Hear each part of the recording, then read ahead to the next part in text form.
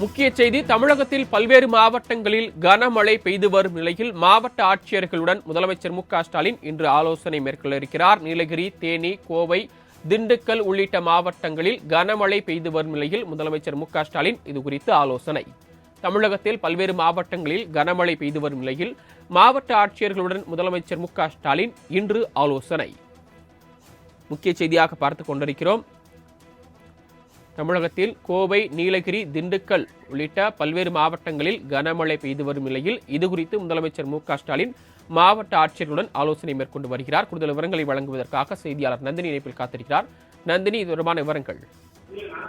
வணக்கம். தமிழகத்தில் பல்வேறு மாவட்டங்களில் கனமழை பெய்து வரக்கூடிய நிலையில் கனமழை பெய்து வரக்கூடிய மாவட்டங்களின் மாவட்ட ஆட்சியர்களுடன் தமிழ்நாடு முதலமைச்சர் சற்று நேரத்தில் ஆலோசனை மேற்கொள்ள இருக்கிறார். தமிழகத்தில் நீலகிரி, தேனி, கோவை, திண்டுக்கல் உள்ளிட்ட மாவட்டங்களில் கனமழை பெய்து வருகிறது. மேற்கு திசை காற்றின் வேக மாறுபாடு காரணமாக மழை பெய்வதாகவும் அடுத்த சில நாட்களுக்கு மழை தொடரும் எனவும் வானிலை ஆய்வு மையம் சார்பில் எச்சரிக்கை என்பது விடுக்கப்பட்டிருக்கிறது.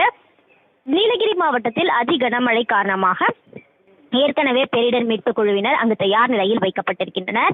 இந்த நிலையில் மாவட்ட ஆட்சியர்களுடன் தமிழ்நாடு முதலமைச்சர் சற்று நேரத்தில் காணொலி காட்சி வாயிலாக ஆலோசனை மேற்கொள்ள இருக்கிறார். சென்னை தலைமைச் செயலகத்தில் நடைபெறக்கூடிய ஆலோசனை கூட்டத்தில் தலைமைச் செயலாளர், பேரிடர் மேலாண்மை துறை செயலாளர் உள்ளிட்ட தமிழ்நாடு அரசின் முக்கிய அதிகாரிகளும் பங்கேற்க இருக்கின்றனர். கனமழை பெய்து வரும் மாவட்டங்களில் மேற்கொள்ள வேண்டிய முன்னெச்சரிக்கை மற்றும் தடுப்பு நடவடிக்கைகள், தாழ்வான பகுதியில் வசிக்கக்கூடியவர்களை பாதுகாப்பான பகுதிகளுக்கு தேவையான உதவிகளை தயார் நிலையில் வைப்பது, மீட்புகளை துரிதப்படுத்துவது, நிவாரண முகாம்களை தயார் நிலையில் வைப்பது, மருத்துவ வசதிகளை தயார் நிலையில் வைப்பது உள்ளிட்ட பல்வேறு பணிகள் மேற்கொள்ள அறிவுறுத்தப்படும் எனவும் எதிர்பார்க்கப்படுகிறது. தங்களது தகவல்களுக்கு நன்றி நந்தினி.